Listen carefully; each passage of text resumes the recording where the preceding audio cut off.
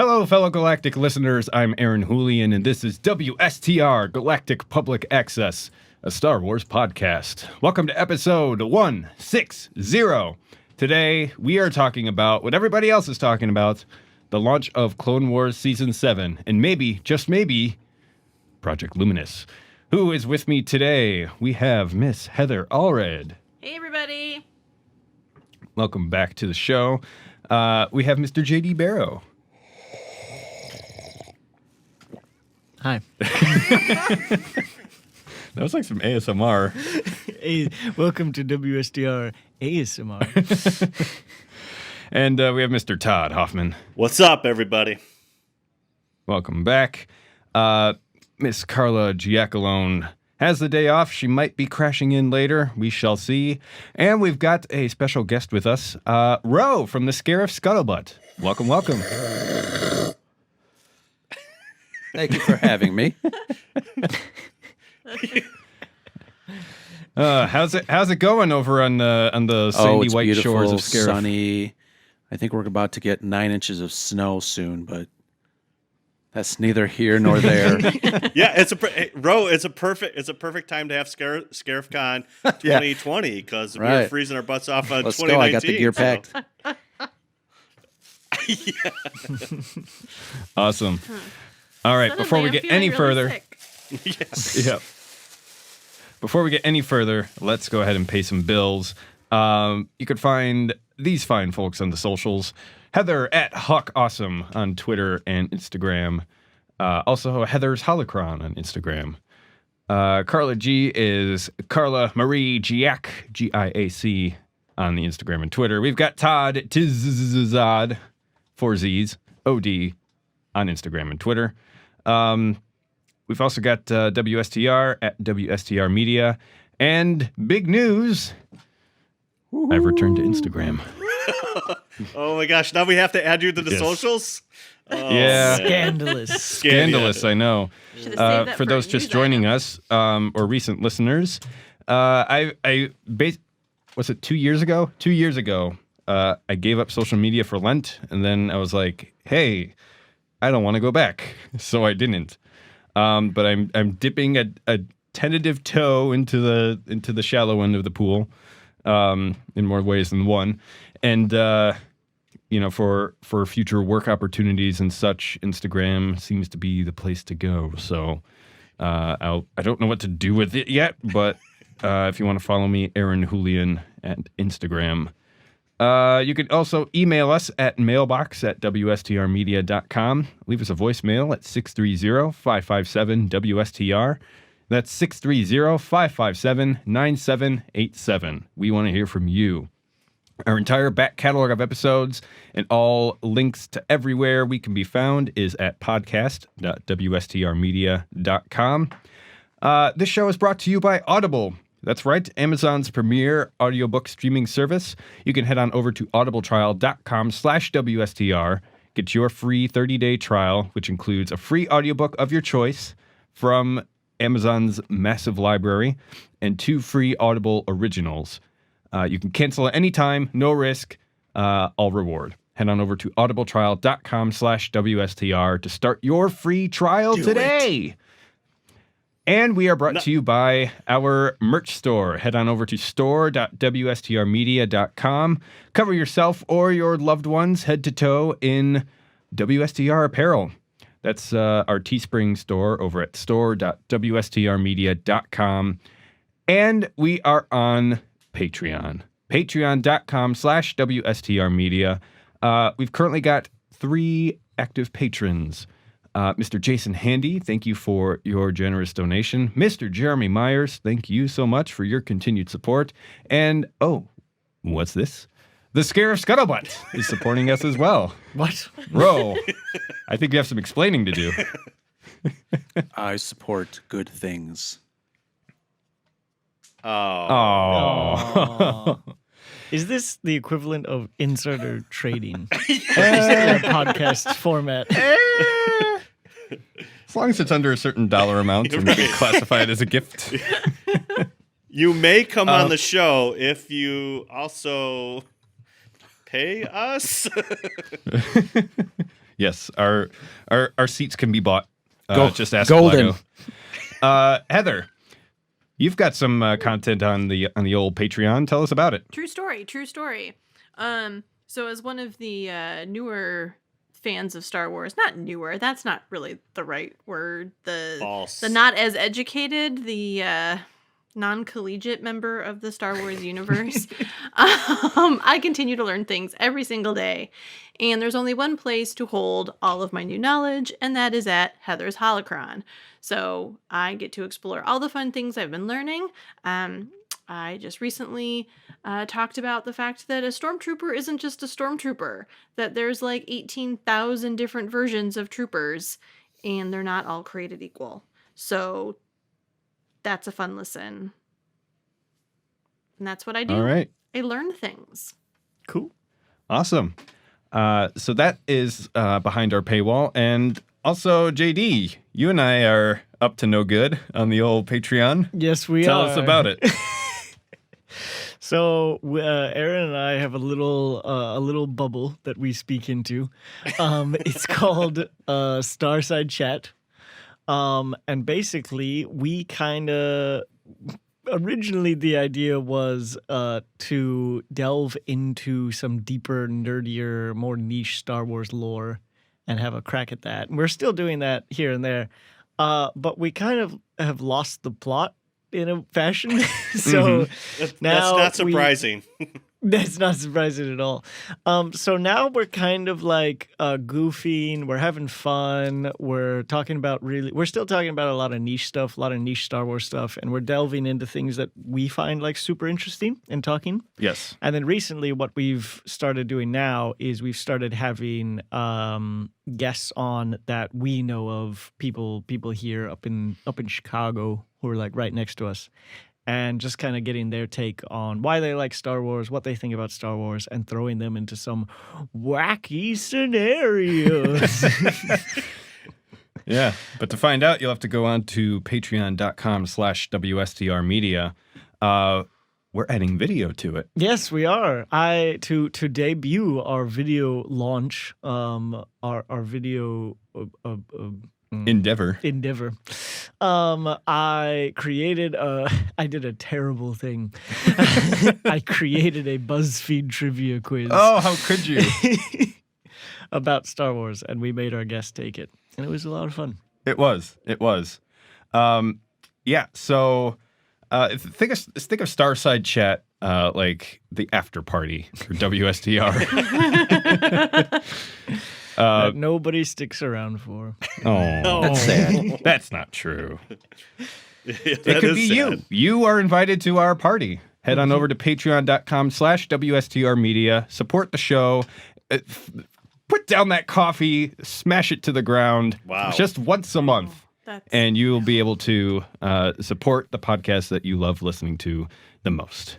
It's like So that it's like is- somebody's listening to this and then they're at Starbucks and they just throw their coffee on the ground. It's like, I can't have this. I want to see it. I want video evidence. Send it to me on Instagram. I need Heather's holocron. They just throw it down. Seriously, though, we're very grateful for the support of our patrons. They are able to support all of our hosting costs for the show. JD and I are going to be at C2E2 this year as a result of having enough of a slush fund to go. So we're very grateful for that. So for all that exclusive content, head on over to patreon.com/WSTR Media today. All right, our bills are paid. Heather, Yes. let's tease that news. All right, people. Some exciting things are happening, but I can't tell you all about it right now. So this is what I can tell you. Luminous beings. Ooh. Hacks. How many? I don't know. Okay. One, Hack frauds? 2, 3. Right, yeah. Been there. Done that. Have you been there? I don't know. And then Aaron's favorite word, merchandising. And then lastly, we have slay. Like sleigh bell or Get it, girl. Oh, I got it. I had the get it girl head thing going, Okay. so I did the All sleigh right. thing. I don't know. Or Gotcha. Santa's coming. I don't know. I guess we'll find out. But we'll find out later. But first, we have a Echoes of the Force. Ooh. All right, JD, take it away.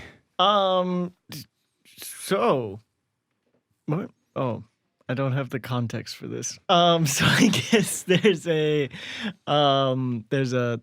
audio bit that was sent to us. Is that... No. So Echoes of the Force, for those who don't know, Yeah, sorry. I'm lost. it's a special segment for our patrons where they can submit a topic for us to talk about, and we'll talk about it on the next episode. Right. So we forgot. received the following from Jeremy. Because I get it mixed up with like intercepted Imperial transmissions. Yes. And then we also have like different, yeah. Anyway. Oh, good. So, Jeremy sent into us this questionnaire. He said, "Do you think we will see Luke and Leia's lightsabers again? ?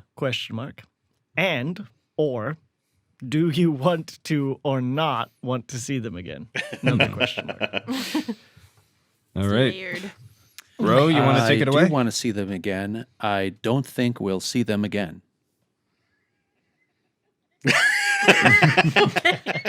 Very cryptic. Well, You'd be great on late night TV. Here's the thing about all this stuff. You know, episodes 7, 8, 9 have come and gone. There's been a lot of gray matter, if you will, regarding this sequel trilogy. I think Disney would be smart to just kind of forget about it. The Skywalker saga is done and just start with something new. I think there has been too much stuff that has happened in the last few years with this new sequel trilogy. I'm not sure if we'll see these characters again, let alone Luke and Leia's lightsabers going forward. I think they're setting up for something really big, and it's not going to include those lightsabers or those characters. That's my opinion. That's what I feel. Yeah. Right on. So, Don, Oh. what say you? Or Heather? Oh, Yeah. I mean, okay, I'll go. All right. Who goes first? I want to see Luke Saber again only if Maz tells us how she got it. Oh, that's a Wait. good point. Are you talking about Anakin's lightsaber or Luke's lightsaber? Yeah. As long as Maz talks about it, I know. It's Rey's lightsaber now. Rey has her own lightsaber that's black for some reason and mechanically has like a massive old school like 60s or 50s television switch. You gotta flip on to make it. Do you guys weird. remember that movie? And half of you probably weren't born yet, but back in the 80s, there was a movie called Cat's Eye. Yeah, Cat's Eye. it I've not was. seen it, no. I've seen it. I think it was Stephen King, but Cat's Eye was basically, that's why so it sounds Cat's Eye was familiar. Okay. basically a film that told the story of a murder. You saw the murder at the beginning of the movie, but then all of a sudden you focused on this cat that was living in the house. And the cat was seeing everything as the story unfolded. You know, usually we get a story from a character's point of view, but this was from a cat, so it was called Cat's Eye. Literal cat's eye So view. it would be interesting. Yeah, it would be Ingenious. interesting now that Disney Plus is around, that we would get something similar to what Heather was talking about regarding seeing how the saber came to be from not only Maz Kanata's point of view, but maybe from I guess side characters or secondary characters' point of view, people that we've never seen before, people that we don't know, characters that we don't know, and just see how that lightsaber came to be on in Maz Kanata's bar. I think that'd be kind of an interesting story, especially something that could be as risky as, you know, being placed on a Disney Plus. That's not like a high risk thing where it has to be a movie. I think that'd be kind of interesting. Right. Yes. As told by R2. With Maz, rather. With Maz. Yep. Yeah. Yeah, that could be interesting depending on how they do it. From a Porg's view. Todd, what say you about the lightsabers?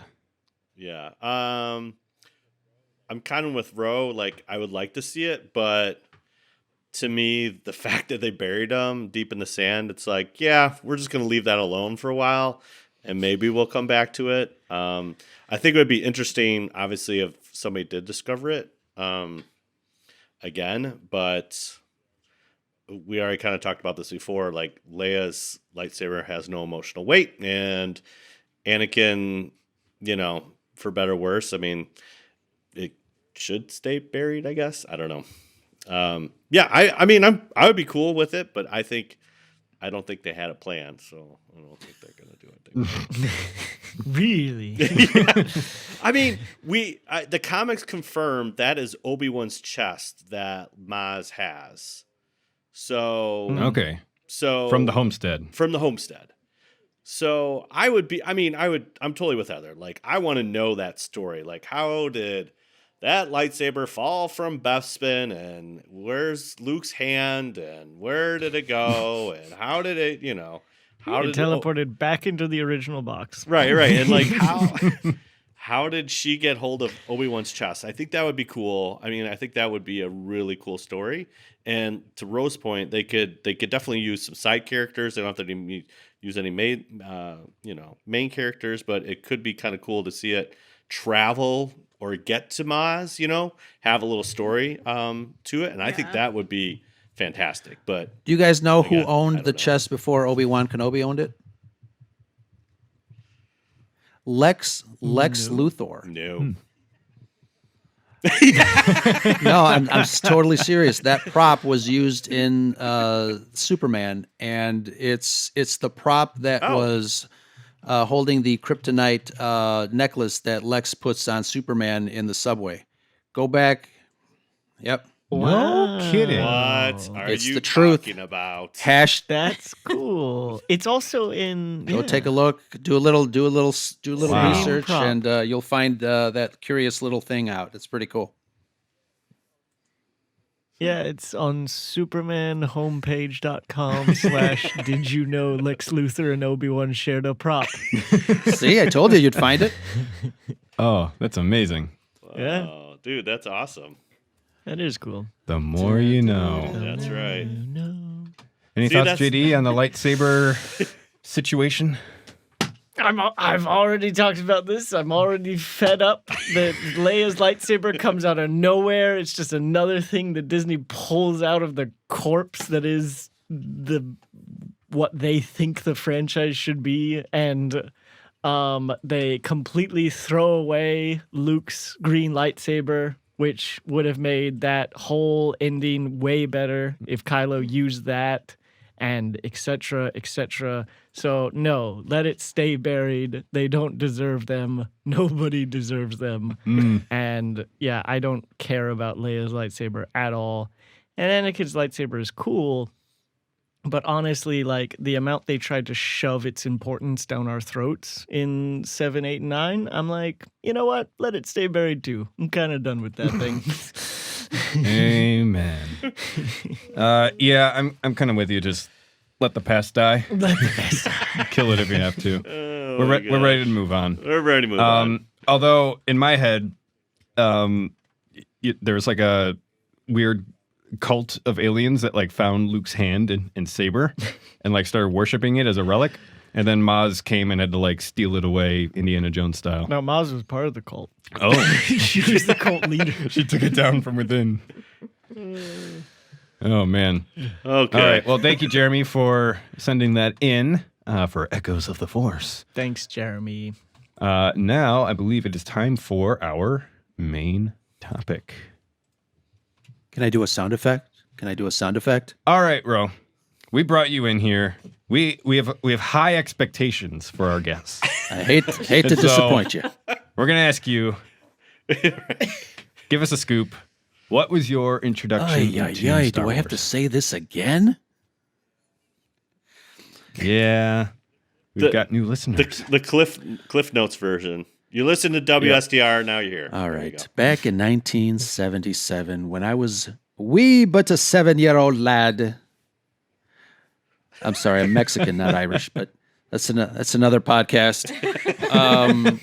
My mother took me to a theater because we had just left church and I was really hungry and I wanted a hot dog. And in Chicago on Clark Street, there was a theater called the Adelphi, and that was the only place that I knew that I would be able to get a hot dog. So she said, "Sure, son, let's go get a hot dog." We sat down. I ate my hot dog. I took a bite. The movie started, the credits rolled, and the Star Destroyer flew overhead. I dropped my hot dog. I was in such awe of that shot that my life was changed because of it. And now Star Wars is in my veins.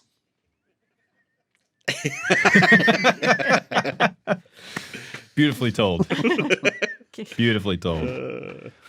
The real So- question, though, is did you eat the hot dog after You know, dropped everything it? flashed forward in my before my eyes. I don't remember at all. Not at all. Great. Okay. Yeah. Just in a daze, Yep. he just picks it Wow. up and starts eating. And then I realized this is Luke Skywalker's hand. What the hell? it's holding some weird object. So throw that away. Oh man. So then, what got you into podcasting about Star Wars? Why the Scarif Scuttlebutt? You know, I was telling my friends I've always wanted to do a drunk podcast, but the gals over at Force Toast beat me to it. But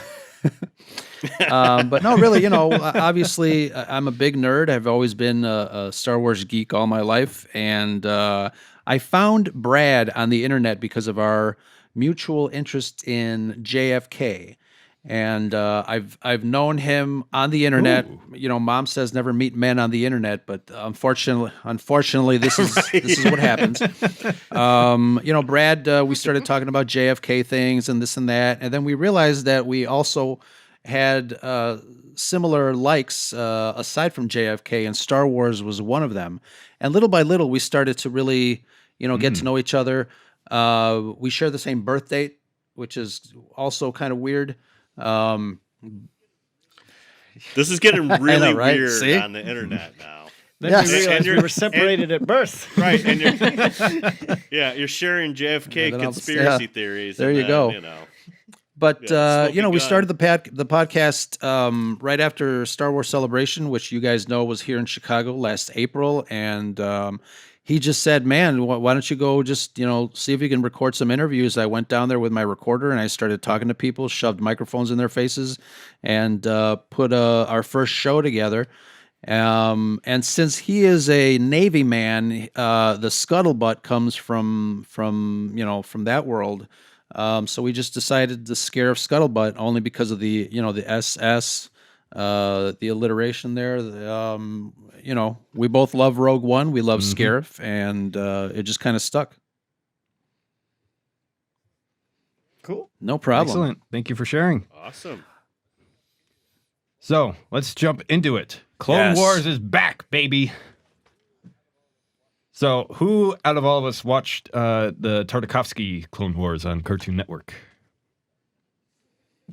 Sorry, Heather. You, Shame. you can leave, Heather. We all raised our hands. Yeah. By the way, we're live streaming on YouTube. It's been lovely to be here.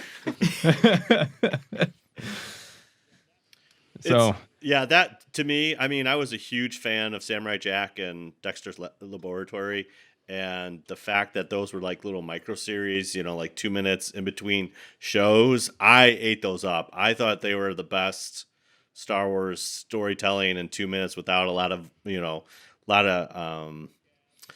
vocab. There's not a lot of words. It was mostly images, and Gundy's just got a way with animation that really you could tell the story and emotion, and throw a little John Williams music in the background, and you got a Star Wars thing. And the fact that like the finale was like 8 minutes long and everyone ate it up. I mean, it was pretty beautiful. I enjoyed that very much. There it goes. Okay. Sorry, bit of technical difficulties. Yes. But yeah, that should work now, hopefully. Yeah, no, it's really amazing, and you can actually go watch. What I find impressive is that the whole thing is still on YouTube for free. Free? Somebody segmented the whole thing together into like 2 hours or so. Yeah. So Yeah. you okay there, Aaron? Yeah. Aaron looks perplexed. Yeah, Bro, did he you? was So very- what did Yeah, you think? we're very much flying by the seat of our pants on the live stream tonight, but it should be working. So thank you for your patience, everybody. Yes, I wouldn't say a hardcore animation fan, but it's an interest of mine, and so seeing like you said, Todd, Samurai Jack, and then Dexter's Lab, growing up with those, and then that kind of evolved into the Clone Wars when I was very much coming into age of my appreciation for Star Wars. It was a natural fit for me. It was like peanut butter and chocolate. So I really enjoyed the Tartakovsky series. And for whatever reason, I just missed the boat on the 3D animated series. Maybe because I was the like, Clone Wars. how could they do this? But I don't know. So yeah, I've been slowly catching up on the 3D series. Not 100% there yet, but I have been enjoying it past season 1. Let's put it that way. You're getting there. You're getting there. That's fair. Yep. Bro, did you catch Clone Wars? Yeah, on Cartoon Network? the micro series and Well, I was gonna say the Clone Wars actual 3D animation. At the time, my son was very young, and we started that up. Enjoyed it a lot. I went to I think I saw the movie in the theater. I think me and like 3 other people on the planet. I was gonna say me and 8 other people enjoyed that film too. But I mean, it's obviously it's come a long way. All the characters have come a long way. I really hated Ahsoka when she first appeared in that film, and I'm like, what is this? Baby Jabbas and the whiny characters. I don't get it. But Ahsoka has skyrocketed to the top 5 of my favorite characters. And kudos to Dave Filoni for, sticking it out and faring, just doing a fabulous job writing her as a character in the series. And really kudos to Lucasfilm for allowing that process to happen. Now with our society of instant gratification, you want things now, and you don't give it the time it needs to kind of, develop into something special. And I think Dave Filoni and Lucasfilm at the time, I guess they trusted each other enough to be able to do that. And I, for one, am happy that they did that.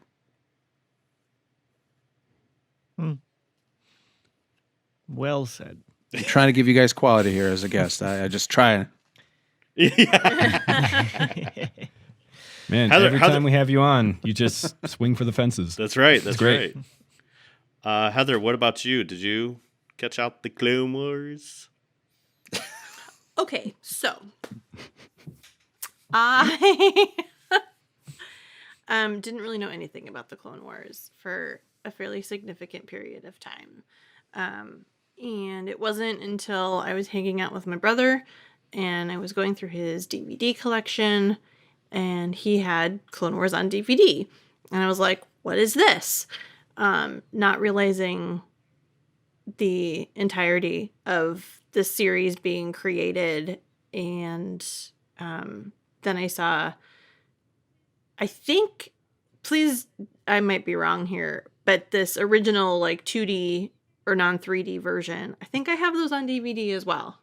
Mhm. Yeah, that's the Gandhi animation. Yeah. Yes. So I think I have all of it. But yeah, so I knew really nothing. I was young and naive and I was like, so when does this take place? Mm. I will leave my Star Wars card at the door on my way out. But All again, I had no concept of what was going on in the world. So, but I mean, I've seen the film. I am almost super close to being done with season 2, and then as I understand it, it just gets better at that point. So I see a lot of binging in my future. Mhm. So, yeah, so I'm excited to kind of see where it goes. But I think it's interesting going into it kind of later after hearing from you guys and just other people on social media. Because once you start following one kind of Star Wars Instagram account, you just sort of get sucked into them all, and spoilers just kind I of will aren't make a note thing of anymore. Yeah, note to Aaron, just sort of happens. And that's what I heard. I heard everybody just hated Ahsoka at the beginning, and Bruce even warned me of that too. So I'm watching it thinking, well, I'm clearly gonna hate her too, and I didn't. She didn't bother me. I don't know if that's because I did so much student ministry at my church with like 14-year-old girls that I think it just was what it was. I was like, oh, she's young and she thinks she knows everything. I got that. You've built up an immunity. I had built up an immunity. So I have strength for this. so I'm excited then, kind of not really knowing where the storyline goes for her character, to see where it goes as people have grown to love her. And now she's like top, 5 to 10 listed characters for a lot of fans, which is great. So, and it's hard to not love Ashley Eckstein. So There you go. there you go. She's such a great fan ambassador. Her and Ray Park, really two stand-up people representing fandom. They tend not to get into all this controversy, all this BS in the behind the scenes, and always putting their best foot forward when it comes to fans. I met Ray Park at I forgot which celebration was in Indiana. Was it celebration 2 or 3? It was two Yeah, and I think it was 3. 2 that I went to. We had drinks. I mean, not us. It was a group of us in the hotel bar across the street from the arena with the trainer, the lightsaber master, Nick Gillard. We had a good time. I picked up everybody's tab. Did you now? That's awesome. Nice. Ro, we So could have that's known how each the we could story have known goes. each other all the way back. I know in that's 2003. the funny thing. I mean, Those are I'm talking to Lauren Romo and weird. everybody that was here in Chicago during celebration, and like now we know each other because of our podcast. Like before, it could have been a free for all party, Right. man. Yeah, right. Yeah. Absolutely. All right. So, So, Bad Batch, it's time. season 7, episode 1. Woot woot. Okay. Basically, we have this now. This is the other thing that's kind of cool about this is that this has already been published in really bad animation, I guess. More like wireframes and stuff like that. They already kind of published this one. So if you didn't know that, it's been on YouTube for a couple years.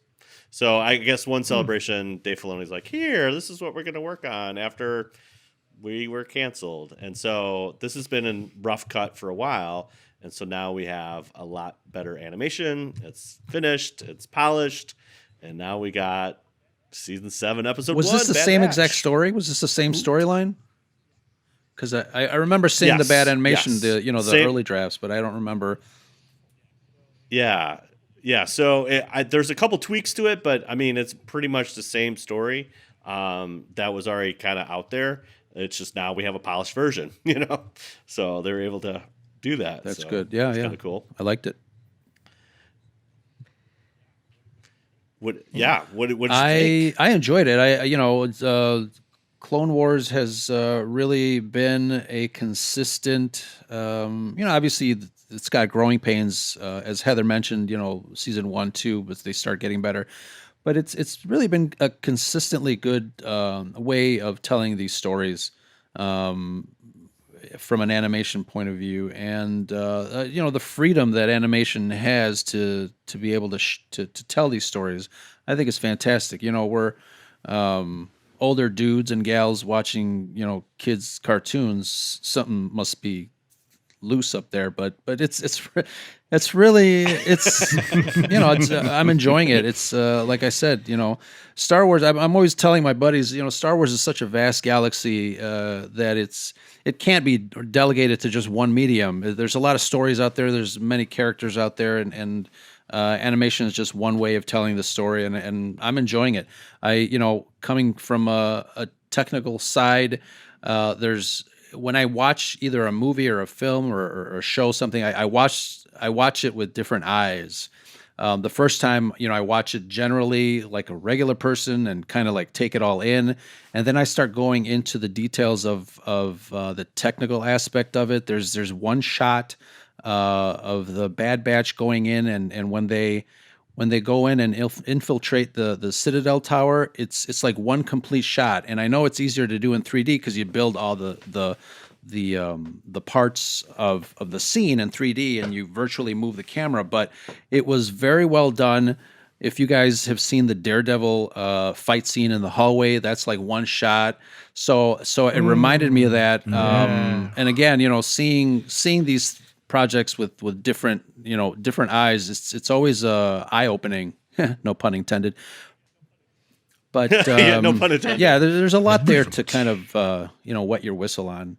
And I think obviously the animation has improved, and not that the animation of the last few seasons of Clone Wars was bad or anything, but you can definitely tell that they're really planning these shots. I mean, even I think early on in the episode, there's a shot where the ship is coming in, the Bad Batch ship is coming in, and the camera just like flies past everything as you're seeing it, and it's turning. It's just beautifully done. Mm-hmm. Yeah, I would agree.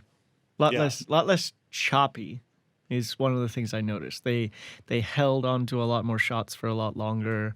They returned to kind of like especially when the Bad Batch first runs in and fights droids for the first time. I noticed there's 2 different times where it cuts to a different angle, and then it returns to the exact same position in that valley.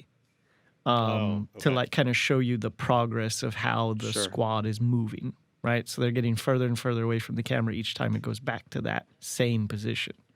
And I thought that was interesting because most of the time when you do cuts like that, or you do shots like that, you won't return to a previous position, right? Mm-hmm. If you cut, it's always a new position.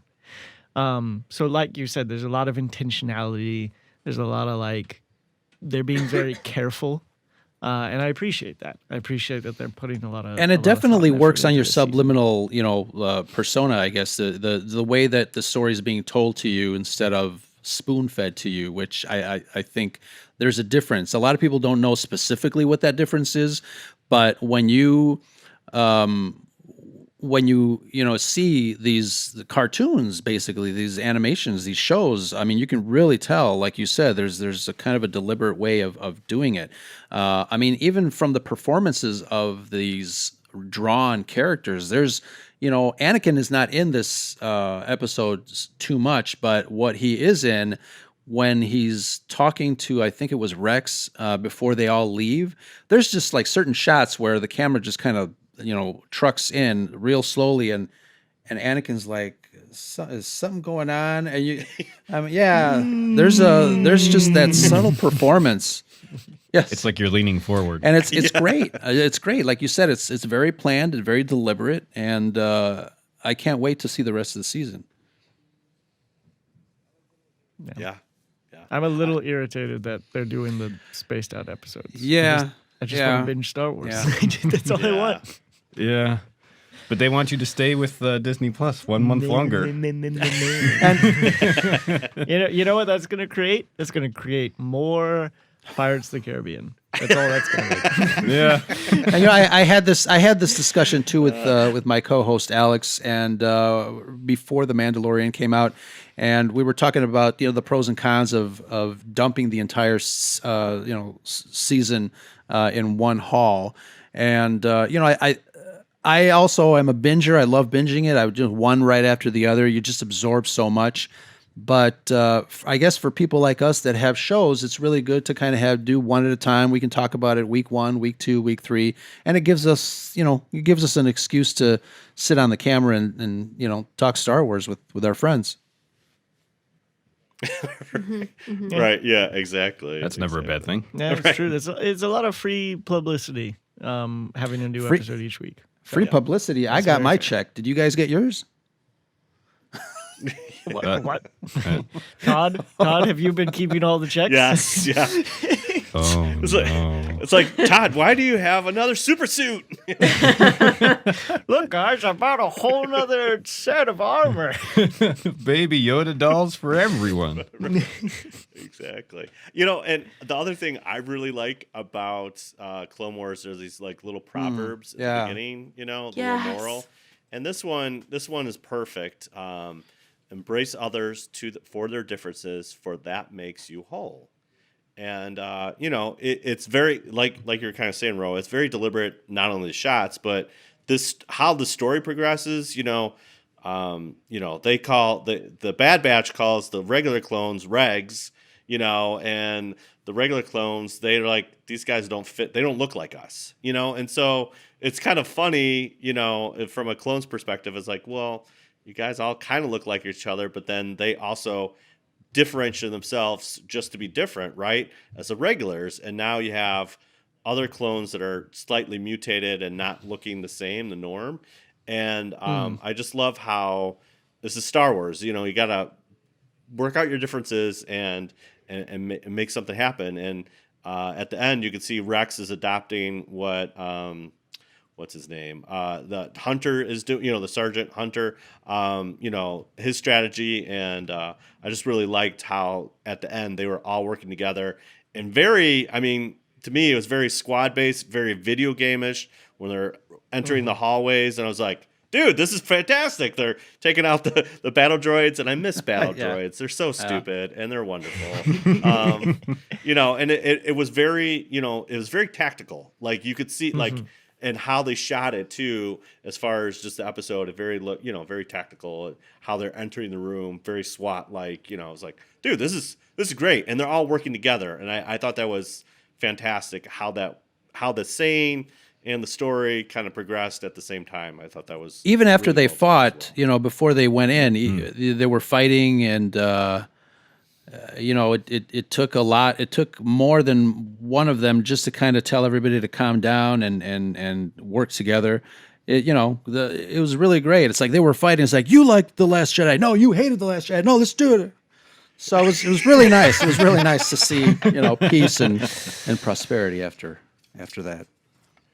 Yeah, yeah. It's like every nerd convention, like, no, the Rise of Skywalker is awesome. Yeah. No, it's true. It's true. Todd and Aaron, did you notice the blaster that Wrecker was using in that episode? And maybe Ro, maybe you noticed this one as well. I think I missed it. It was a different blaster. I know that for sure. I was trying to figure out where was that at. It's a Republic Commando blaster. There we go. Was it HK-47? No. Republic, okay. the Republic Commandos, Oh, like Delta yes, Squad. Yes. Boston fixing them because they pop up in one Vinci game. episode, Yes, and they then do. there's that 2-parter or 3-parter. It's a 3-parter, but 2 of the episodes, the Commando is in it, right? Yeah. If I'm thinking, Yeah. it's the droid arc in season 5. Yeah, it's Gregor. Yeah, Gregor has that where he's like abandoned on that one planet, and he's a Republic Commando. Yeah. Yeah, we actually get to see a commando, and he fights, and he kills like a whole platoon of Yes. droids, and it's amazing. Heather, you would like that because there's like a little green alien, and he sits on top of like a little R2 unit, and that's like his command center, and it's fantastic. Yeah, it's a 3-part arc. It's all about this group of droids. The first 2 parts are trash because it's just the droids. Hey, And then Shots fired. And then, well, if it was, sorry, no, it's not trash because it's just droids. If it was just droids, they could have done a lot of like funny humor, a lot of that like C-3PO R2 comedy that comes out. But it's that little green general thing that they just keep throwing at you. Like, laugh at him. And he's not funny. He's not. They make the whole thing about him. And you have these, droids with great potential personality, a lot of show don't tell comedy that you could do, and they just focus on him. It's funny. It's funny to a 7-year-old. Yeah.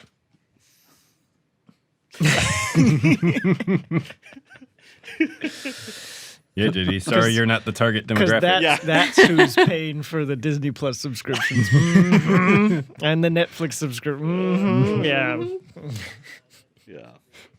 No, that is a really good arc. It's really cool because then, Gregor, he's a Republic commando. And the cool thing is he shows up in Rebels too. So there you go.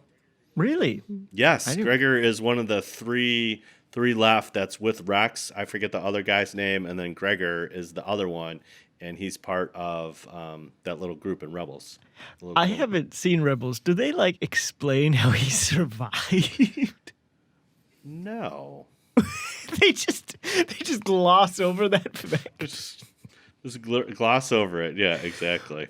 Okay. It's the power of the Force. Power of the Force. So this is totally fluff. But I did watch the first episode of season 7 so that I'd have Very some good. knowledge of what's going on tonight. That's fantastic. And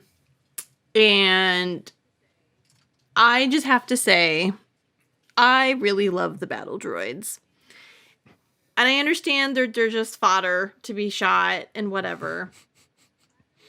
But the cleverness of the writing for them and their humor, it just makes me think that when they're off duty, they're in their break room, eating lunch together, attempting to have intelligent conversations with one another. And then they go they're back all to so work. dumb they can't. And they're like, oh, what do we do now? I don't know. Why is that guy coming at me? It's just good times, people. No, yeah, So it was nice to see zero character development on the battle droid. Yeah. They are good. It is a good source of comedy. It does work. It makes me think that if there is an in-universe explanation for why they're so dumb, it's because they're just so highly mass-produced and so cheaply made that they cut down on everything, including just basic intelligence, because all they need to do is follow orders, which is honestly a great foil to the clones, which are these kind of, lab-grown, very expensive to produce, clone soldiers who, they have intelligence and personalities of their own. And I've really appreciated this as I've watched more of the series, is that they stick to that running theme of individuality within the collective. It's kind of like that old T-shirt, you are completely unique, just like everybody else. Well, yeah, they have that hive mentality for sure. I mean, they're controlled by they're controlled by one. Yeah, and I'm sure when they went into making the Clone Wars series, they had to figure out that problem of how do we have characters and character development with a bunch of identical people, it's kind of brilliant in that just as the series goes on, they find different and more unique ways for the individuals to differentiate themselves, and the Bad Batch is kind of the pièce de résistance of that. Yeah, right. Yeah, Right, exactly. We have talked about this before, so I'll just be brief. But I would like to say that I do think they take the moral elevating of the clones a bit too far. Because until the 3D Clone Wars, there was always, especially in the video games and comics, there was a lot of humanizing of the clones and a lot of making them kind of these tragic characters, right? They're thrown into this war and they are unfortunately human, and they start to feel and they start to contemplate and they start to want to have purpose. They start to want to be individuals. But their biggest tragedy is that they're so brainwashed into believing that the Republic is everything to them, that they do Order 66, and it's the ones that don't do Order 66 that have kind of woken up, I guess. Like they've fully embraced their own potential identity instead of what was put on them. And I always thought that was a really neat idea, philosophically and morally in a lot of ways.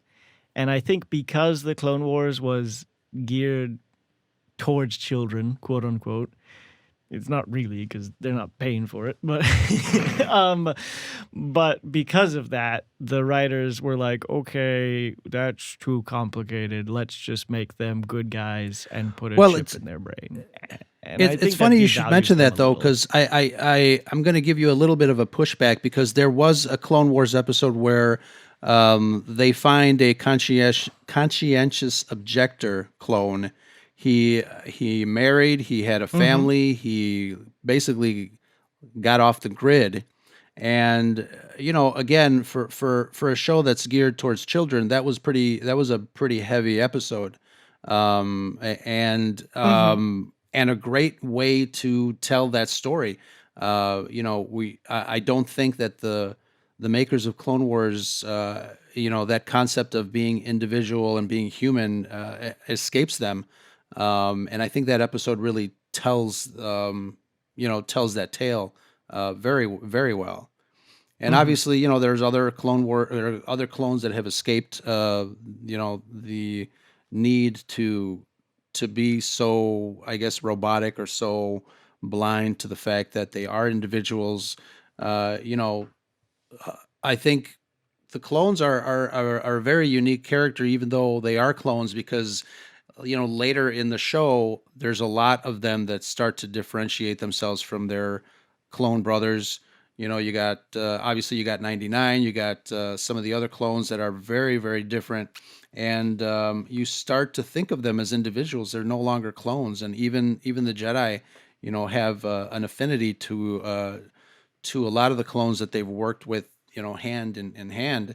And when Order 66 comes, and I think this is one of the reasons that I really wish that Lucas would have spent a little more time during Order 66 in the prequel trilogy, because it is a very tragic scenario that they went through, both on the Jedi side and on the clone side, because they were family, they were working together, and to be able to have done what they did is just beyond comprehension. Like if this was like something real, it's like, wow, that's complex. I'll be right back.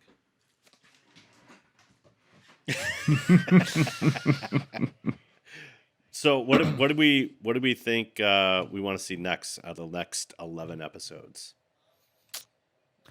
Do we know when approximately this season ends in the overall timeline? Based on the trailer, it's going to overlap with Revenge of the Sith. Do you think they're actually going to do Order 66 in the show? I think so. Ooh, that would be.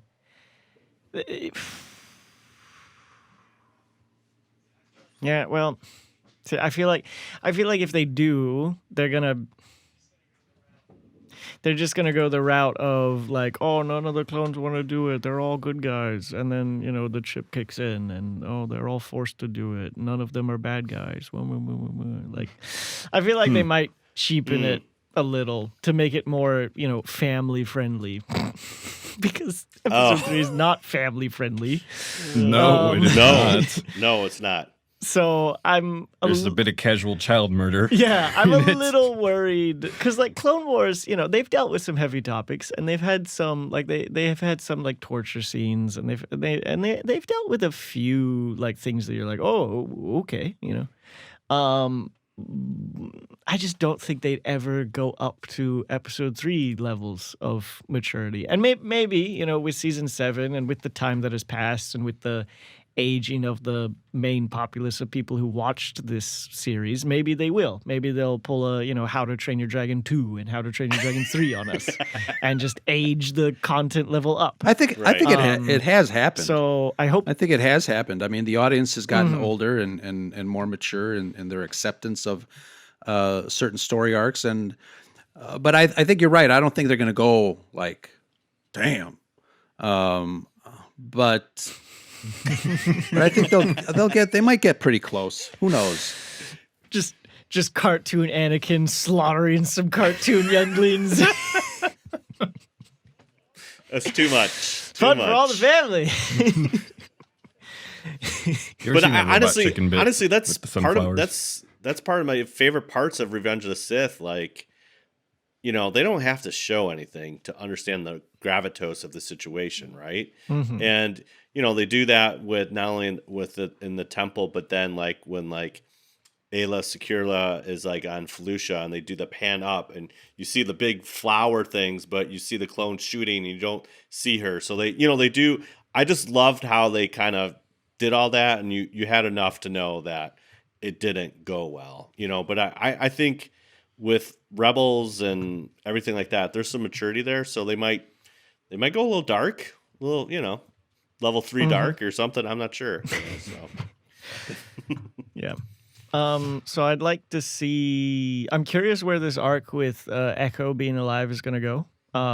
Yes, I imagine they have him hooked up to some sort of massive machine, and they're drilling into his brain, right?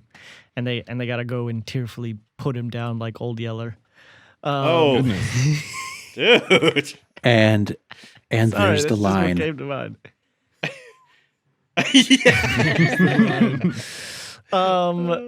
So yeah, I'm interested to see where they go with that. I'd like to see kind of the outliers of the Clone Wars kind of get wrapped up. There's been a lot of villains and kind of side heroes that have popped up in different bits and then disappeared.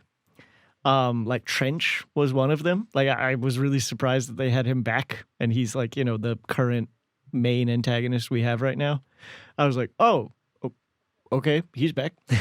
So I'd like to see them wrap up a lot of those, either with like a death or a permanent hiding, or just with the heroes and the villains, the ones that we don't see what happens to them in episode 3. Because there's a big soiree of characters, major and minor, that the Clone Wars creates. And I'd like to see some conclusions. Beautiful. Heather, any final thoughts? I guess I'll just put my 2 cents into the whole Disney cherry pie with whipped cream, put a bow on it kind of endings. Put a bow on a pie. With 2 cents in it. With 2 cents in it, yeah. Right, I mean, I'm the one Christmas who tradition. continually stated I didn't want Kylo to be redeemed. I think he needed to stay gritty, and I think there's an element that he did have still some grit at the end, even within his redemption. But I think listening to this conversation, and obviously there's a difference between a season finale and a series finale, but what I loved about what Disney Plus, aka Disney, has done with The Mandalorian, and yes, I know I'm comparing apples and oranges here between animated and non-animated, is I don't feel like The Mandalorian is keeping it necessarily family friendly. I mean, there's some gritty things in that, and we've got, droids sacrificing their lives and dear sweet pig-snouted, caretakers being killed, and things of that nature, and, dark lightsabers and the whole thing. And I guess I just want to go back to the original purpose of Star Wars. I mean, George created this series for young boys, and Darth Vader is no joke in the original trilogies. He's a bad dude. And again, some of it is displayed in regards to chopping your own son's hand off, and other things are, behind closed doors, but we get it. I think for powerful storytelling, you can't keep it all sunshine and daisies. I think you need that opposite side.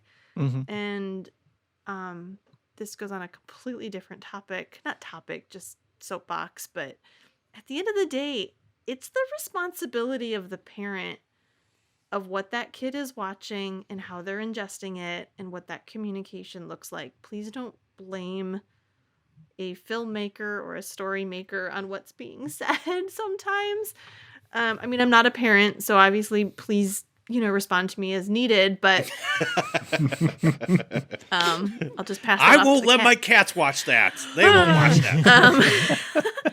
So I guess, again, having only seen part of it, not seeing all of it, but knowing what Order 66 is, and I kind of agree with Todd a little bit. We all know what Anakin did with those little people. We didn't need to see it. It was still pretty bad. He took them out for ice cream. He Obviously. did. He's like, look at my cool lightsaber, guys.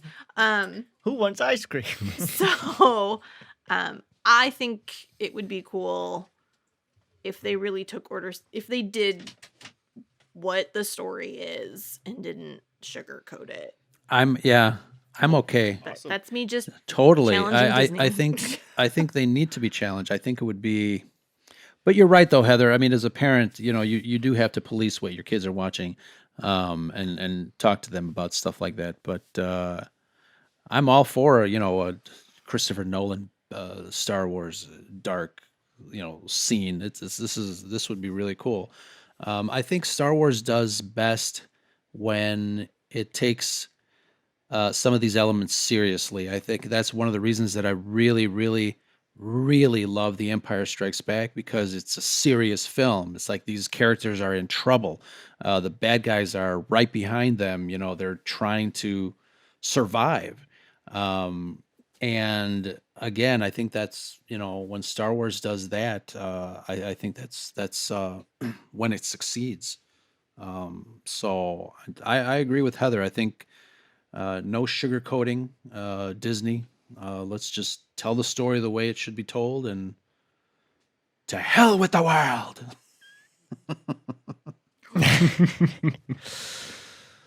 Yes, well said.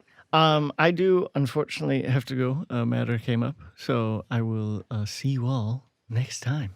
Have a All right. lovely Take time. care. Nice Hope meeting all you, is Ron. well. See you, Judy. All right, shall we go, Heather, to News of the week. Dun dun dun. Yes, let's do it, everybody. All right. So, what is happening? Okay. Everything's fine, people. Technicalities, that's a thing.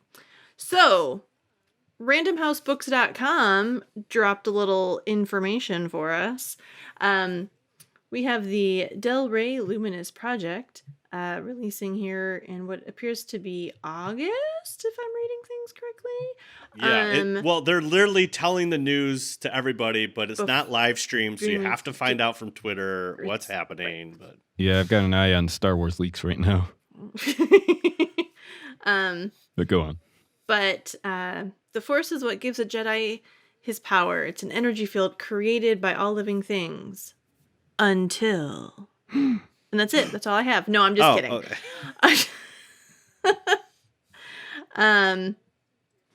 Yeah, so let's see here. What information can I provide to you?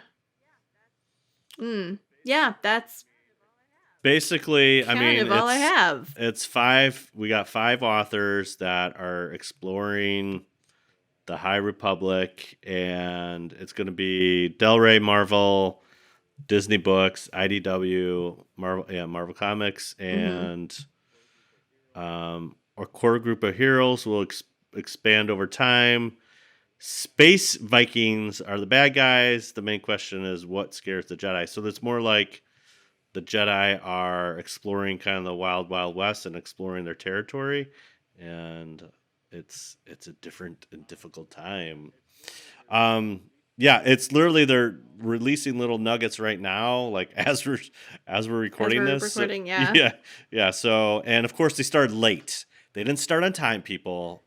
So we figured we'd get all the news by now, but yeah, I have a High few Republic. other juicy tidbits. Yeah, right. So, Project Luminous takes place in the High Republic, Yep. which I suppose is a new era that we've not heard before. 200 years before the time of the prequel films. It's a time when the Jedi Order is at its highest and the Republic is in expansion. The Jedi of the High Republic are the Jedi Knights of the Round Table. I don't know if that's an official title or just a metaphor. And the main villains are called the Nihil, Nhil, and they're described as space Vikings. Yeah, the Space Vikings. I mean, hey man, I'm cool with exploring new territory. I think that's fun. Let's do it, you know. Absolutely. Why aren't they live streaming all this? I see all this stuff on. I have no idea. It's such a huge miss. I see some shots of space Vikings. Yeah, it's all just like Twitter updates. I see some space Vikings here. Yeah. Maybe they're having streaming problems like us. Whoops. Whoops. Well, obviously we'll post some stuff once they get all the details out, but it's like slowly leaking out right now. So. All right. Well, All right, what else we got, Heather? I was going to say, stay tuned for next week. All right. So, next on the docket from Walt Disney World News Today. All right. Who's been to Galaxy's Edge? Okay, just me. Exact opposite of the Clone Wars hand raise. Exactly. That's right, Who's people. a Star Wars fan now? Hey! Okay, so as you know, Galaxy's Edge has this amazing Millennium Falcon ride. Well, I don't want to shock anybody, but apparently there is a hack for the Millennium Falcon ride, which unlocks the special Chewy mode. Oh, it's stop. up, down, left, right, BA start. There you go. Is that what it is? No, but it's close. That's the Konami code. Oh, man. Well, this hack has been dubbed the Chewy mode, and it replaces Hondo's verbal cues with basically Chewbacca yelling at you in Wookiee the entire Nice. ride. Do it. So apparently some fans managed to crack the code as to how to activate the in-ride hack. So apparently you can read up on the technique. All you got to do is gather 5 of your friends, possibly stand in line for 5 hours to get on the ride. But once you're in there, you do all the things and you get to hear Chewie yell at you. I Nice. don't know why that's a bad thing. Right? I like it. Does it change everything Right, it did. Like, how many times did they go through to figure it out? Figure it out, you know? And I feel like it's like Luke Skywalker and he tries to touch the button and Han like slaps his hand away. Get out of here. What's that button do?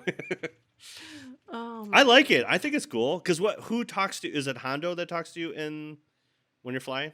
Okay, so I was not able to go on the Millennium Falcon ride. Okay, All right, first off, here's the deal. Yeah, take your card back. So you've been there, but you didn't go on the ride. I see. Okay, How it is, yes. I was also there opening day of And you were sick. Galaxy's Edge, and You were I had an sick. ear infection and a fever. So That is tragic, Heather. Oh my God. but I Like built Star 2 Wars. droids, and I had a drink at the cantina. So Yay. I got Yeah. 2 out of the 3 things accomplished. Real fast, so. I'd like to break into this broadcast. There's a lot of art, concept art that is coming out. There's a Lothwolf in this group of space pirate Jedis. There's also someone posted a quick sneak peek of an artist, and behind them there was a concept art of middle-aged Yoda. So there was, Oh. yeah, He there might have was, more you know, hair. talk about where in the timeline this all fits in, and some people were doing the math and saying that in this time Yoda is alive. Wow, that's hot. Pretty cool. The fault in our Star Wars. Well, yeah, they say Ian McKeag, who's a big designer for the prequels, came back to do designs for Project Luminous. So I think that's, I mean, Oh, sweet. yeah. So I think, I mean, there's some definitely thought behind it. So Oh that's no, I think Heather saw some more fantastic. naughty stuff. I What is she doing? Oh yeah. By Ryan Johnson. Oh yeah, goodness, yeah, Heather. yeah. okay, I'm gonna get off of Twitter. Okay, so basically, What, Chewy hack? Let's go. Chewy hack, get All right, into there you that go. Chewy mode, get yelled at by a Wookiee, There you and go. have the time of your life. What else? All right. What else have we got? So, speaking of Disney magic, I have an inside scoop of the inside scoop. So, InsideTheMagic.net reports that Star Wars is coming out with the Been There mugs, which, you know, you've seen when you've gone Yeah. to a Starbucks when you visit a new town. You're like, oh, that's a cheap and easy souvenir. It gets better. Okay. Because now there are going to be Star Wars That's awesome. Been There mugs. So, like, you can go to Hoth and get your Starbucks because it's cold there and what have you. Right. I saw this hit the socials. I instantly texted my friend Lindsay, who lives out in Cali, and I said, "This is your new job." Unfortunately, they don't release until May, and the person she spoke with at Disney said, "You're gonna want to get here. They're gonna sell like hotcakes." So, what planet do you want the Been There Scarif, Star duh. Wars mug, guys? Oh, sorry. That was really obvious. Right. My bad. Do we know which planet are they? I did see a Hoth name all one. the planets, or I They're saw gonna a have Hoth Jedha one on and there. I saw a Jeddah They one. gotta. There was a post that they had 3 boxes, and one of them obviously was Hoth front and center. I thought I saw Jeddah. And then I want to say, oh crap, what was the other one? Tatooine. Yeah, it's got to be They- all the they have Gotta be classics for Tatooine. sure. yeah, they have. Yeah, Alderaan, Naboo, Tatooine. Tatooine, yes. Naboo would be a good one. Yeah, So we can only hope there's a Death Star one. yeah. I mean- Which one? One, two. Star Killer Base. I mean, I would love one from Exegol. That would be a good one. So, you know, there's options, people. Yeah, So that'd be cool. That's cool. I like that, yeah. dig that. Yeah, I dig that. oh my goodness. All right. So be sure to just keep your eyes open, eyes peeled. They're gonna They're go fast. available That's where? the rumor anyway. Just Only at Disney Starbucks. I think they're only at the Starbucks at the Disney that's parks. scandalous. Which is pretty awful and sad. They will be Disney park We'll exclusives. see them on so, eBay soon. Yeah, I mean It's probably. outrageous. It's unfair. So How do This they is why make you a have- Been There mug and not make it available everywhere? They want you to actually been there. they want you to be at the parks, people. All right. Well, speaking of other fun things that you want to have, but you might not be able to get, laughingplace.com talks to us about the Toy Fair, where we have new Star Wars Black Series. We've got some vintage and retro collections coming. So you might want it, but do you have the funds for it? All we need to talk about is Yes, Baby please. Yoda, Funko, 10-inch. That's all I need. The That's one all I thing that need. I That's all you saw need? that All I right, really, well- really will go crazy for, and I'll probably buy a few of them, is the Black Series Probe Droid Okay. from Empire Strikes Back. That's Yeah. one handsome robot.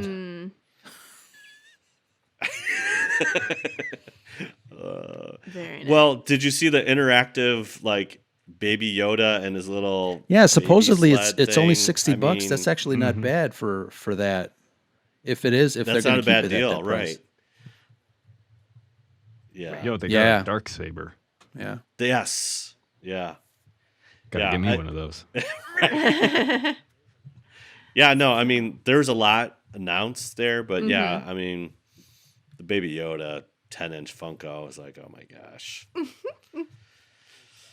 So Yeah, But cool yeah. stuff. Cool stuff. laughingplace.com, lots of really great photos. I'm sure if you also Googled Toy Fair 2020, Yeah. you'd find everything as well. So Find everything. They got Baby Yoda operation. Of course. there's Why something really wrong with that. You don't dissect him. There's like a bunch of things floating around. not? No, it's just him. it's just got a Oh. bunch of White Claw in his belly and some chicken nuggies. Oh my gosh, too funny. So yeah, so toys, if you can't get the mugs, you can get some cool new toys. Right? Right. Mhm. All right. We've got one more thing in the works here, I think. Let's see what we've got. IndieWire.com.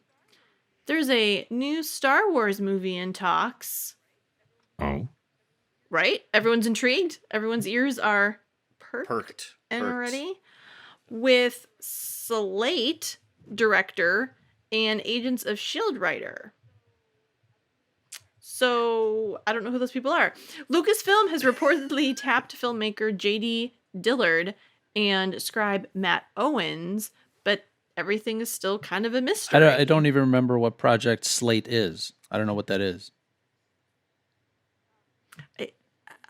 I think it's an indie film. And didn't he, the writer, didn't he also do, not Agents of S.H.I.E.L.D., it's some, Luke Cage. Yeah, so he did right, both yeah. Agents of S.H.I.E.L.D. and Luke Cage. So, yeah. Well, here's. Do we know if this is theater? Do we know if it's Disney Plus? Do we know? No, this Well, is a do movie. they What do it they not is? remember Okay. what But happened that- last time they directed an indie director to produce to write a Star Wars film? Yeah. No. Well, but here's the other thing that happened when this news story broke, I think on Friday or whatever, and then Deadspin picked it up and said, "Oh, it's going to be about Exegol," because somebody said it, and then he had to come back and say, "I was just joking. I don't know what it is." But everyone took the Deadspin article, including me, and like tweeted it, and then it was like, "Oh no, that's not what it's about." Like how everyone got to Exegol. That was, but we again, it's hard to get excited for these because we lost like Yeah. 5 directors before Yeah, it's any too movie early. I took off mean, the ground. So Yeah. it's But too I know how early, everybody yeah. got there. It was the number 11 Lincoln bus. Just straight there. I was just waiting. I was wondering how the food and trucks they got there, stuck man. because There had to be, CTA like, a lot of- removed the number 11, so there's no way of getting back. Well, that's why they had a Wayfinder. There you go. There you go. So, All right, that's some good news there, Heather. oh my goodness. So, All all the right, news but- that's fit to print. That's right. And as we are recording, more and more information is coming in about Project Luminous. So stay tuned to this podcast and Scarif, Scuttlebutt for more information about that stuff. So it's time for one of my favorite segments because it's where we really get to bond as a podcast. And that is Cantina Chat. Do, do, do, do, do, do, do. Wait, I All have right. to ask. Yeah. So Will there be actual Please. Cantina music inserted and edited into the post version of this? Because if there isn't, Oh, you this know is it. going to look silly.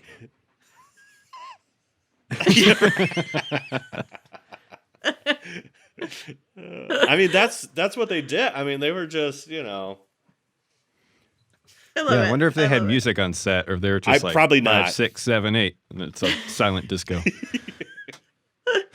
Oh, it's too good. All right. Well, Ro, as our guest of honor, I'm going to put you on the spot. This is our time where we just chat about random goofy things, geeky things that have happened recently for us that the world needs to know. What do you have? Do you have anything? Do you live a geeky life? No. Okay.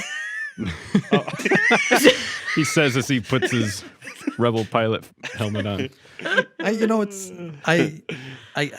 a geeky life 24/7.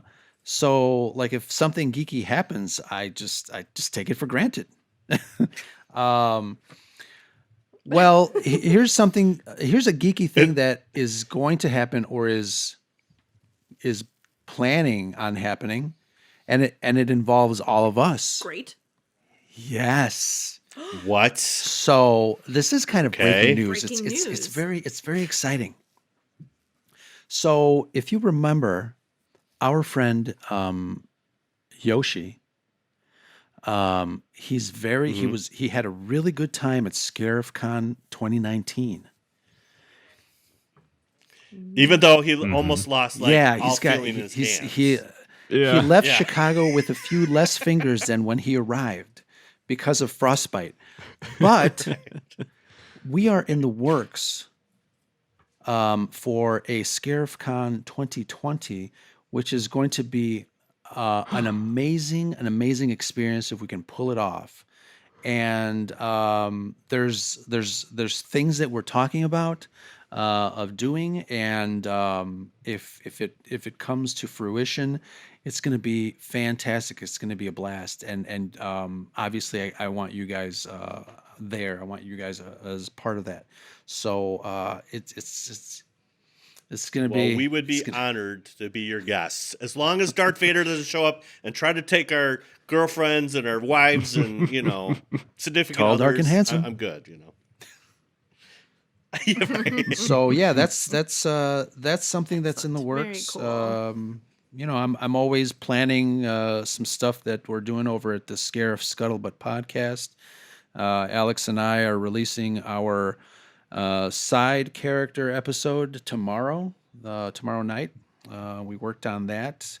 We're working on other collaborations with some other podcasts, so stay tuned for that. We're gonna, chat with the gals at Galactic Podcast soon, and have some special guests coming to our wave length here. So it'll be fun.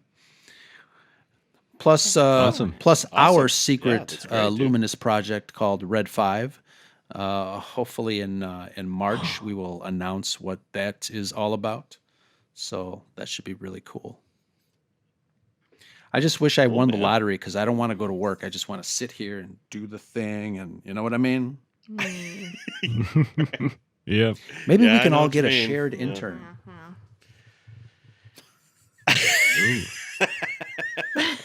It doesn't pay Where'd much. JD go? Oh man. Are you offering me a job? It doesn't pay much. Oh, That's too awesome. good. Aaron Julian, Yeah. how That's goes me. life? Whew. Busy, dude. Yeah. Yeah. I've got so much life stuff to figure out. I got approved for off-campus living, so I got to find a place to live. Where are you looking? But as Do you know? currently living on campus in River North, there's a potential place in Lakeview that we might split 3 ways if we can find a third. But yeah, we're just very. I found out on Friday that I got approved, so we're still in the preliminary stages of looking around. My production office was in Lakeview, Um, like right off of like Ashland and Irving. Yeah. Oh yeah, yeah. So pretty great area. Not the cheapest though. So we'll see. Yeah. Yeah. Cool, man. But yeah, then the past 3 days I've been trying to get my acoustic guitar fixed. That got broke. It's under warranty, but looks like it's a total loss. So I'll need to get it replaced, and it's just been such a hassle to anyway. But I did this Sunday for the first time I've done it. I played bass guitar and sang in church. Wow, dude. So that was a ton of fun. Yeah, it was a cool thing that happened, and I was there. Did you? All I need to know is, did you bust out the Mandalorian theme like as a warm up? You know I did. There you go. That's all I Yeah. need to know, man. Yeah, and I may or may not be working on an original song right now. So Dude, fantastic. I'll let you know once it's done. Yeah, If it's done. I have so It will be done. So much work to do. yeah, it will be done. So Awesome, dude. Todd, what you up to? Well, C2E2 is coming up very quickly. Mhm. And of course, I'm a procrastinator, and I got to get an ammo pouch thing attached to my thingy bingy. So I'm trying to get that done, but I'll probably wait till Thursday night to get that done. Have you guys seen this? So Hugh Jackman is like doing his own little like performance thing. I don't know if it's off Broadway or he's going around or whatever, but I think this dropped like last week or something like that. And so there's a fan like after the show, he's recording and like Hugh Jackman comes out to like greet a guest, and this guy's got like a Wolverine shirt on. He's like full Wolverine, you know, and he's just screaming at the top of his lungs, like, yes, yes. And Hugh Jackman sees him, obviously, because he's like yelling in his front row. And like Hugh, just without even missing a beat, like does the full Wolverine like claw thing right in the guy's camera. And the dude is just losing his mind. He's just like, yes. And then Hugh takes his phone and he like looks at the phone and he's like, you waited 2 hours for that. He's like, yeah. And then they give him a big hug and there's like this huge moment. And I just like, that is Wow. me. That is me meeting George Lucas. I mean, like, just it was a cool kind of fan moment. I just thought, and I was like, dude, that was fantastic. So, anyways, I was like, yeah, that would be me. So I would be. It would be pretty cool to meet him, and I would rap And he'd be just like, that. Hey, Todd. You ever see Todd, that robot Todd, chicken how you doing, bit? Todd? Yeah. Yeah. Yeah. Can you get me a Diet Coke? You ever see that robot chicken bit where he's in the Tauntaun outfit and he Yes. gives George Lucas a ride at the convention? Yes. That would be me, yes. When the nerd, yeah. Right on my back, George. And then finally, on a sadder note, I was on Twitter and found this account, Lucasfilm Games to LucasArts or something like that. And this guy like posted all the dev work that he did on Star Wars 1313. And I'm Oh just man. so like finished screenshots, finished environments, finished all this stuff, and I'm just like, oh, that game. So I mean, it kind of confirmed that Boba Fett was a hero in that dude play Boba Fett, and that's a game. I don't know. It's just I know they're going to use a lot of stuff from it, but it's just one of those projects that was definitely a casualty of the Disney purchase. Have to break in here. The High Republic announcement trailer was just released. Okay. Let's play it right now. We'll have that. Oh my gosh! The internet is going crazy. Oh, good times. Yeah. Mm-hmm. You're crazy. So Heather, Right. Yeah. how about you? Is What your about kitty a Oh, Star Wars no. kitty? I mean, sure. Okay. I mean, they have cat toys that are Star Wars characters. They have a mouse that looks like Chewbacca, and a mouse that looks like a stormtrooper, and a mouse that looks like a Darth Vader. And then I have a TIE fighter on a string Oh, nice. that they can grab and That chase is and cute. stuff. Oh, that's too cute. Yeah, Mm. it's my life in a nutshell. Mhm. So, yeah, I've been getting everything prepped for C2E2. My sound glove had a malfunction, so we fixed that today so that I can make all the appropriate Jawa noises at C2E2. That's important. It is important because otherwise then I can't talk to people, and that's sad. Because how else am I going to order Plus, my people coffee? will think you're ignoring them. Say, Joe, I'm talking to you, Joe. Right, exactly. But then and I actually did a last minute troop over the weekend because it was just down the street. So went over. It was really small, but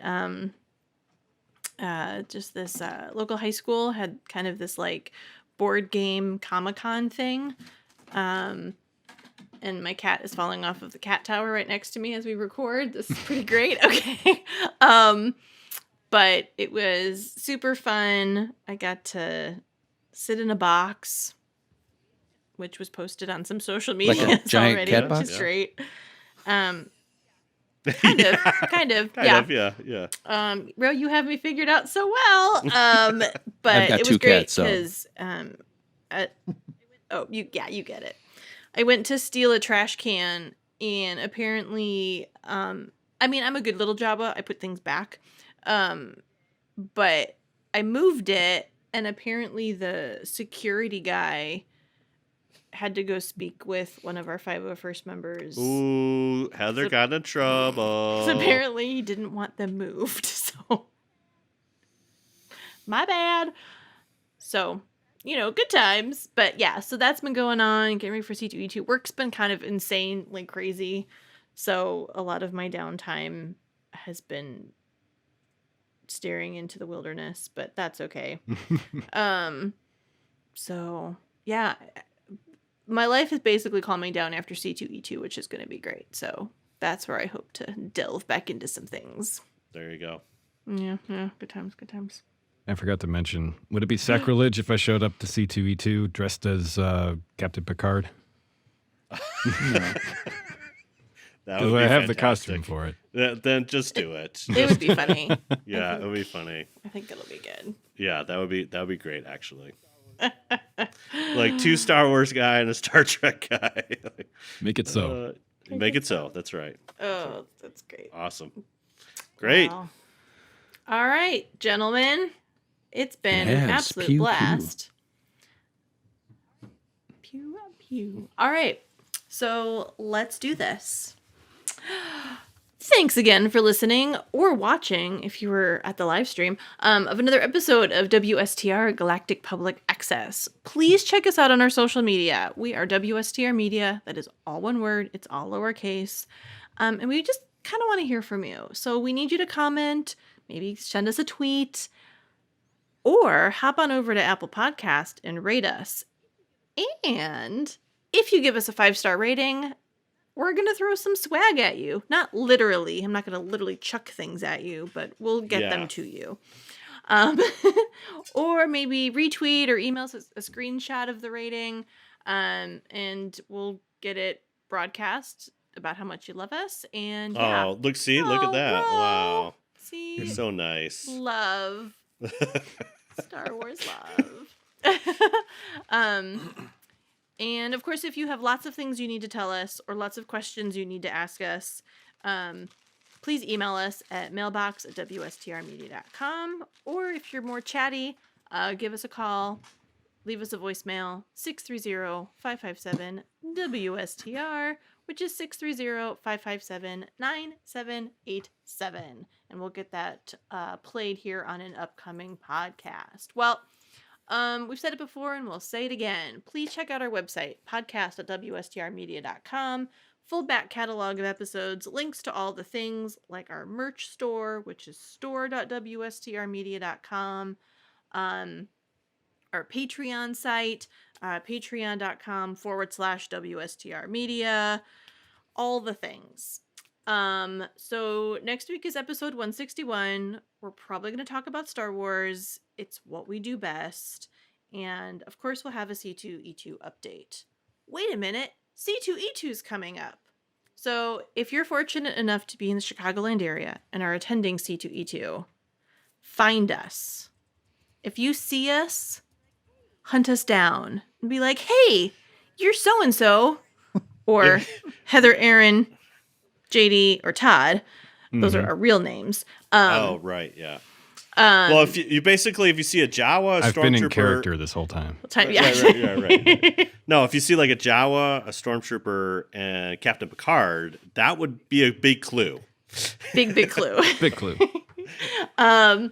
And say, hey, I know WSTR Media. We're going to get you a free pin, a sticker, just some free swag for Half a coming ba- in half a and saying bagel. hey to us. Well, yeah, right. The Right. cold coffee I didn't get to finish. All of these are Right. options Right, for you. right. Oh my goodness. All right, well, there's one last thing that we need to do. Ro, we love you, so we want our fans to love you too. How can they find you on the social media? I'm glad you asked, Heather. Because we love you guys too. I love the fact that you guys are in Chicago. I love talking to you guys. I love supporting you. So very much appreciated. The Scarif Scuttlebutt podcast can be found wherever you get your quality podcasts. Places such as iTunes, SoundCloud, Pandora. What's some other ones? Podcast. Yeah, Pandora does podcast now? So we're on there. Wow. Stitcher, podcast, Google Play. Google That's another Play. one we're on. So yeah, find us everywhere. We are the Scarif Scuttlebutt podcast. We also have a little hotline number, 773-234-8659, but we're not as cool as you guys. We didn't make it. I didn't plan it out to make it like seem like something like the last four letters. I tried, but ours is just 773-234 Galactic.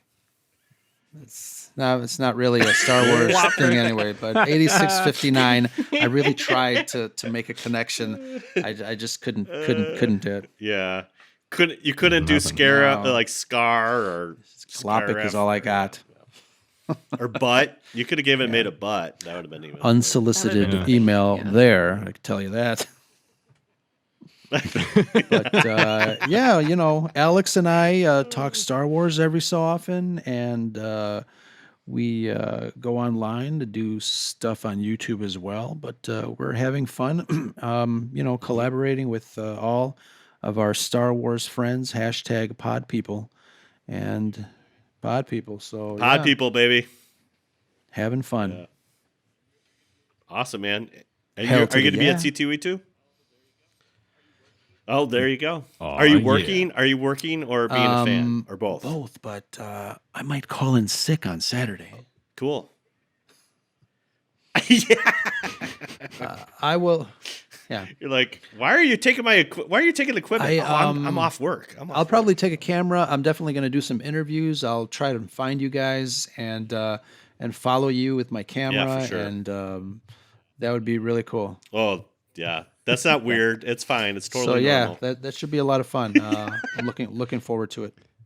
Awesome, man. Well, we definitely had a great time at ScarifCon 2019. We're looking for ScarifCon 2020 and beyond. And yeah, it's been fun, man. I love that we're in Chicago together. So Alex was saying that there is a restaurant / coffee bar place in Las Vegas called the Millennium Falcon, and that it's obviously it's Star Wars based. The owner has put so much into it, and we have to have a ScarifCon there one year. That would be phenomenal. Yeah. Oh, absolutely. Look Yeah. at this place. we are already like we have to do a podcast at Galaxy's Edge in the bar. That's That'd be that's the great. goal. Yeah. Awesome. All right. I All think right. we did it. We did. Success. We did. So- We're in the end zone. I mean, I know it's been Aaron making a sports reference? I know. It's more likely than you think. Go sports. I'm just kidding. I like some sports. All right. Well, I know we've done it for 159 episodes, but we're going to do it at least one more time. Absolutely. Ro, if you know what to do, feel free to join us. Otherwise, just look at us like we're crazy. Ready, gentlemen? Yeah. Now. Now This This is podcasting. podcasting. We did it. Nobody died. It's more than we could say about the last stream.